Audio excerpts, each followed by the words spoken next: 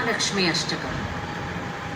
नमस्तेस्तु महामाये श्रीपीठे सुरपूजिते शङ्खचक्रगदाहस्ते महालक्ष्मी नमोऽस्तुते। नमस्ते गरुडारूढे डोलासुरभयङ्करी सर्वपापहरे देवी महालक्ष्मी नमोऽस्तुते। सर्वज्ञे सर्ववरदे सर्वदुष्टभयङ्करी सर्वदुःखहरे देवी महालक्ष्मी नमोऽस्तुते।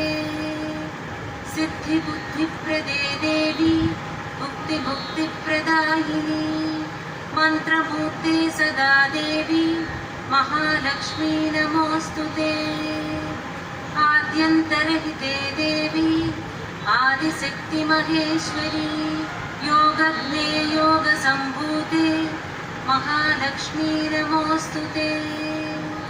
स्थूलसूक्ष्ममहारौद्रे महाशक्तिमहोदरे सर्वपापहरे देवी महालक्ष्मी नमोऽस्तुते।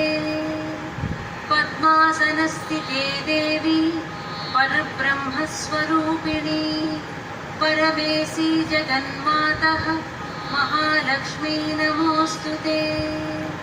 श्वेताम्बरधरे देवी नानालङ्कारभूषिते जगत्सिते जगन्मातः महालक्ष्मी नमोऽस्तुते।